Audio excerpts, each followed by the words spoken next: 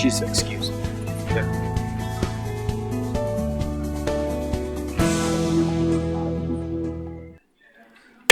Alrighty, I will call the May 12th Licensing, Hearings, and Public Safety Committee to agenda. I'll do roll call. Alder Heidemann? Here. Alder Lefebvre? Here. Alder Borst? Here. Yep. Alrighty, please join me in the Pledge of Allegiance. I pledge allegiance to the flag of the United States of America and to the republic for which it stands, one nation, under God, indivisible, with liberty and justice for all. Alrighty, seeing as we have a new committee member, we'll do a quick intro. I am Alder Rust. I am chair for this committee, and then we'll just go down starting with Alder Lefebvre. I'm Alder Lefebvre. I'm the vice chair of the Licensing and Public Safety Committee. I'm also a member of the Finance and Personnel Committee, and I'm also a representative from the Council on the Redevelopment Authority for the City of Sheboygan. I'm Susie Borst. I am a new council member representing District 5. I'm also a member of the Public Works Committee. Alderman Heidemann, 10th District on law and licensing. And then we'll have our presenters come up and they can introduce themselves as they come. Alrighty, item number 5, I'm looking for approval minutes from the April 9th meeting.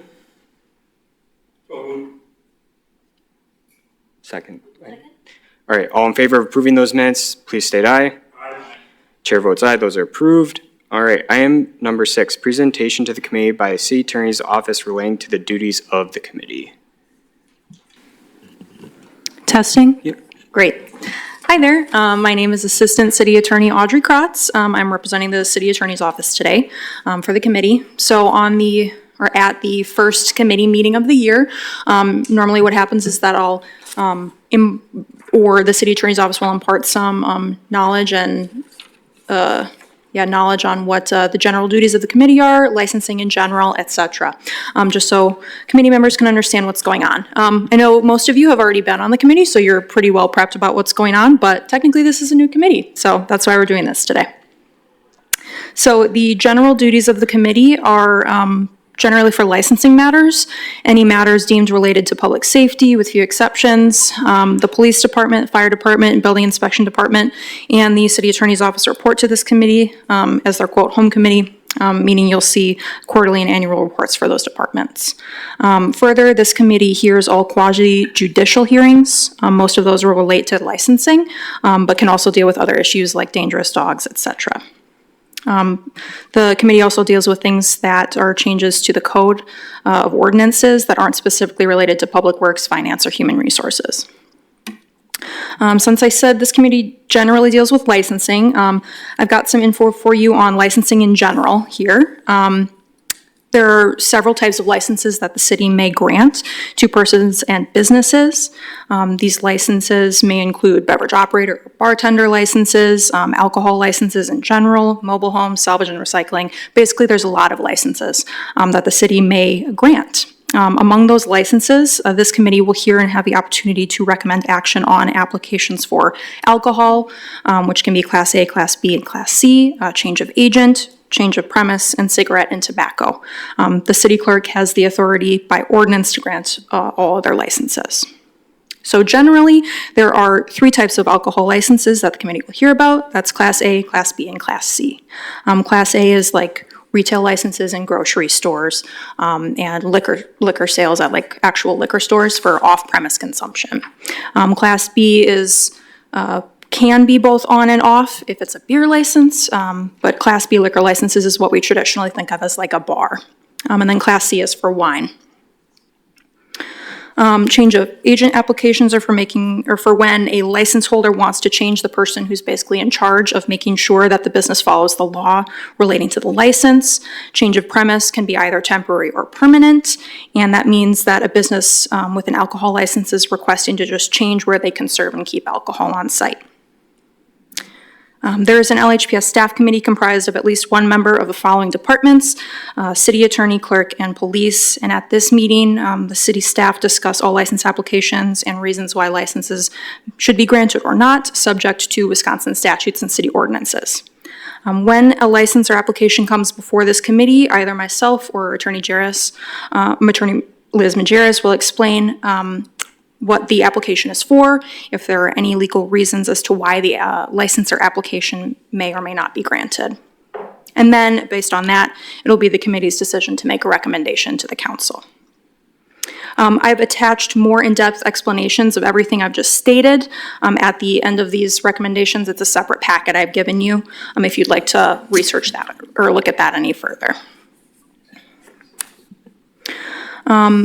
Also, this committee will deal with Class B liquor licensing quotas.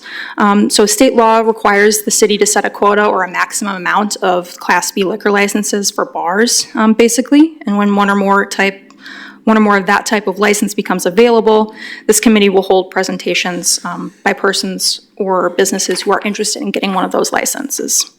After the presentation, the committee will then be able to grant the opportunity for that person or business to apply for a Class B liquor license. When those presentation happens, I will give you a more in-depth presentation then. Wrapping up, if you have any questions for me, I'm happy to answer them. And if you know in the future, if you know ahead of time, if you're going to have a question about anything that's on an agenda, if you could ask ahead of time, that way I can research to the best of my ability. If not, I'm happy to answer questions at the time of the hearing. Thank you, Attorney Kratz. Alder Heidemann. Thank you, Chair. We have all these licensing requirements.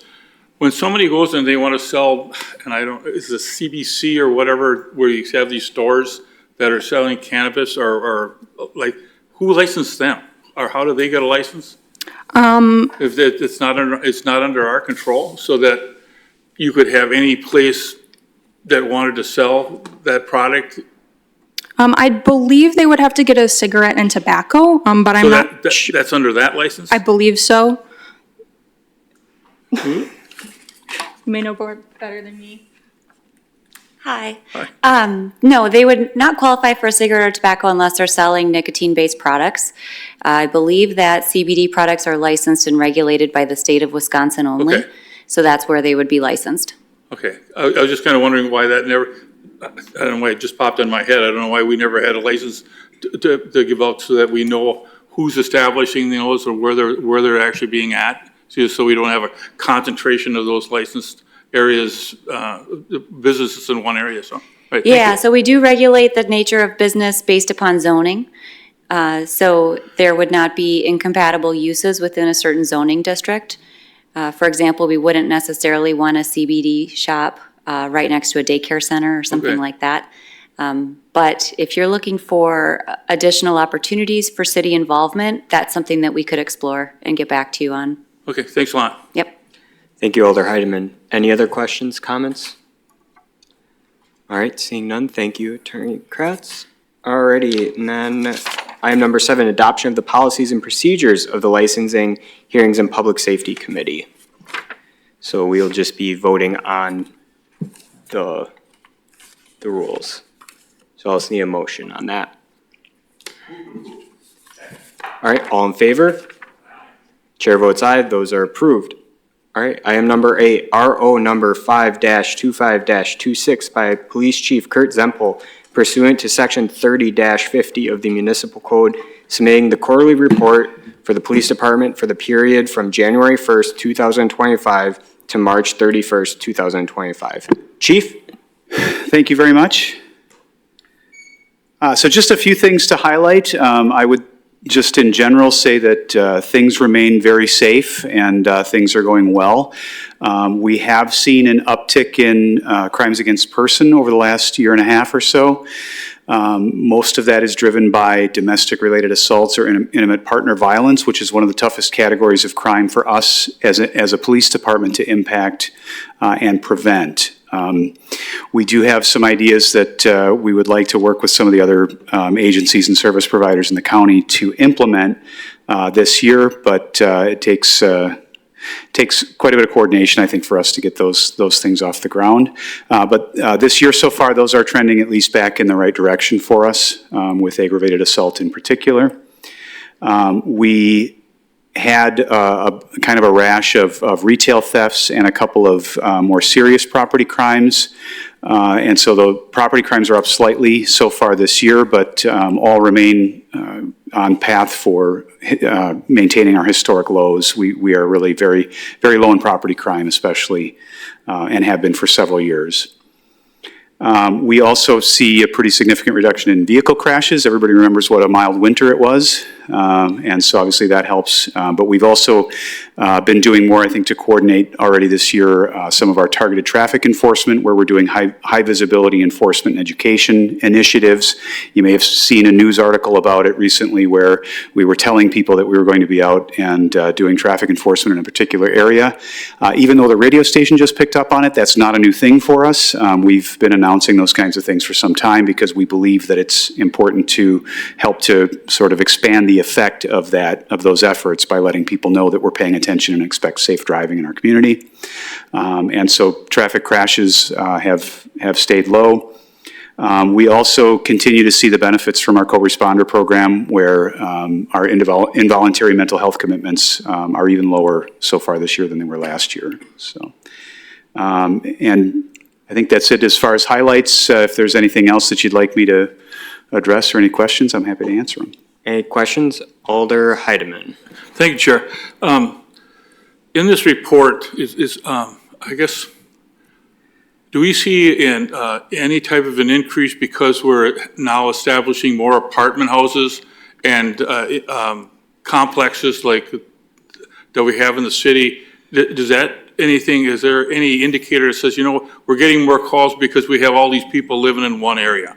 Or is that significant at all, or we get just as many calls everywhere else as we do any type of an apartment house?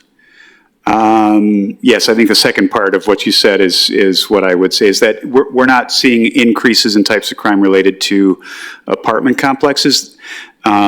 Certain apartment complexes we've had some issues at, but it tends to kind of move around. And so we have been getting good cooperation from the management of those properties to deal with issues as they come up. And so it's consistent with our strategy to really hold property owners accountable for what's going on at their property with our authority under the ordinance for chronic nuisance properties and things like that, that really has allowed us to, I think, minimize some of the impact of that when properties, or when certain apartments do have issues, that we're able to hold the management of it accountable. Okay, thank you. Mm-hmm. All right, any other?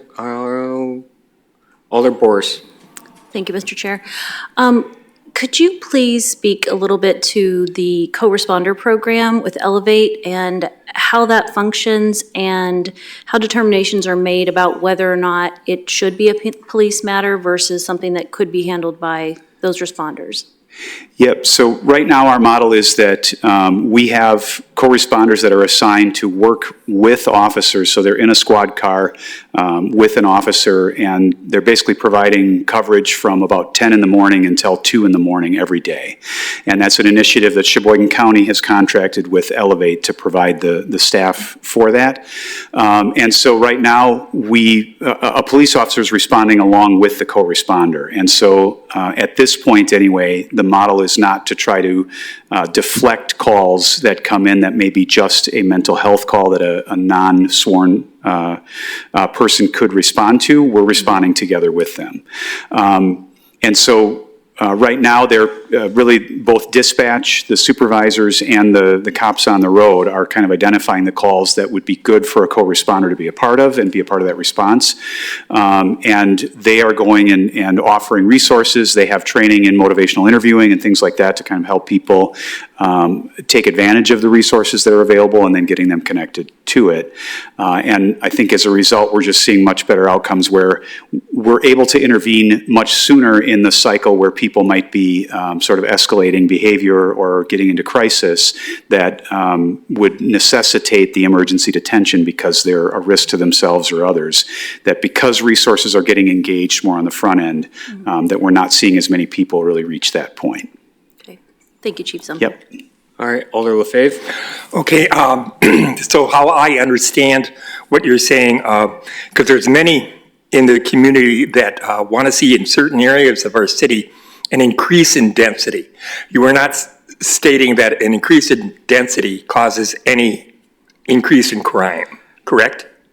I think it depends on what the increase looks like and what the characteristics are. Certainly, certain types of developments are going to, and just simply having people close together creates some issues. But I don't think that that's categorically true. I think one of the advantages is that we've been a part of development discussions and talked about, from a crime prevention standpoint, making sure that that there's responsible development happening, that it's consistent with prevention practices, there's good lighting, there's security cameras, things like that. We're all part of that discussion, and so I think that allows us to avoid what might inherently be true just about more density. Okay, thank you. Any other questions? All right. Could I just add, if you don't mind, I wanted to just extend a little bit on Audrey's comments about the role of the committee when it comes to licensing. And so obviously we are part of making recommendations to certain types of licenses and whether they should be granted or not. And I just wanted to maybe highlight why it is that you as a committee and as a council have the authority that you have when it comes to certain types of businesses, and why the state gives you the authority, and ordinance gives you the authority to license them and to maybe deny licenses or hold them accountable when there are problems. Certain types of businesses create problems, right, for the community, especially when they're not managed well. It doesn't have to be true, but we certainly have seen examples of businesses where, when there aren't good management practices and there isn't accountability for that, that the community suffers as a result, and the neighborhoods where they are located suffer.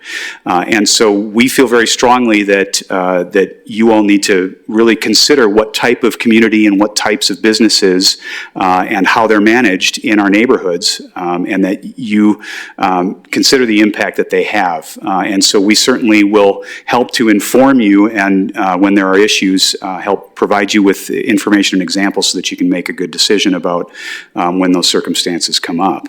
But just wanted to reinforce that we really feel very strongly that that's important, and that we certainly can't have a free-for-all, right? Our community standards matter. All right. Thanks. Thank you. Yeah. Thank you, Chief. We are filing.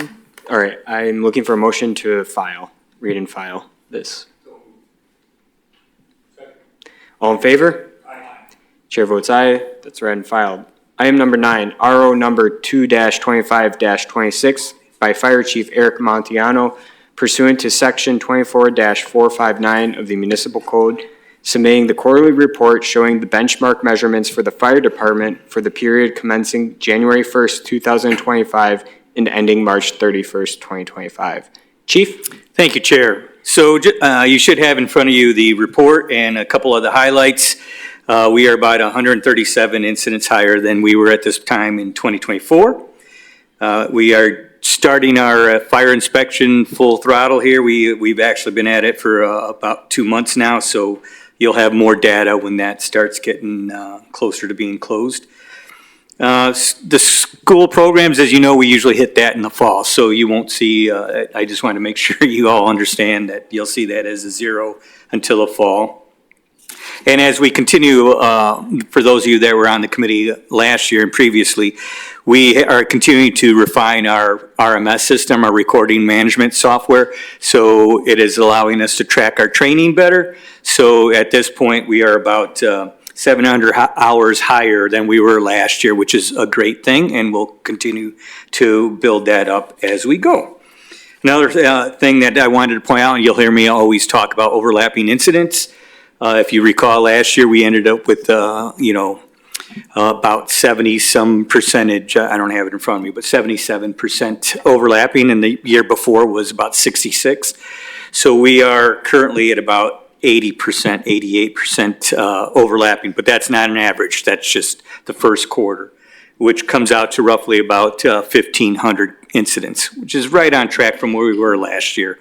So maybe we'll end up in that 70% range, but yeah, I'll be glad to answer any questions if anybody has them. Any questions for the chief? Alder LaFave. Okay, as always, I want to make sure that our wonderful fire department is completely staffed, or is staffed sufficiently for the purposes that are needed. if there's any increase in need, I would definitely have that brought to the committee. No, absolutely. I appreciate you asking, Alder LaFave. And currently, we are staffed adequately at the minimum staffing. We were granted 3 members last year, so we really appreciate that. That allowed us to put that 4th frontline ambulance in service. So that is running 24/7. But as our call volume, I've said this before, as our call volume continues to increase, if the city expands and continues to grow, which is a phenomenal, great thing, eventually we will, just because of the amount of calls we have. But currently we are at minimum, which we're functioning. So I appreciate you asking, but we definitely will if we need. Bring it to us. Yeah. Thank you. Thank you, Alder LaFave. Any other questions? All right, I'm looking for a motion to read and file this. All in favor? Aye. Chair votes aye. That is filed. Item number 10, RC number 296-24-25 by Licensing, Hearings, and Public Safety Committee, to whom was referred RO number 126-24-25 by City Clerk submitting various license applications. Class B Reserve Liquor License number 3679. City Attorney? Oh. We're great. No problem. So this was referred from the last committee only because the application was incomplete through no fault of the applicant. So now that the application is complete, I can confirm there are no issues with the application and it may be granted. Any questions? Seeing none, I'm looking for a motion. Motion For what? To approve. to approve, yes. Second. All in favor? Aye. Chair votes aye. That's approved.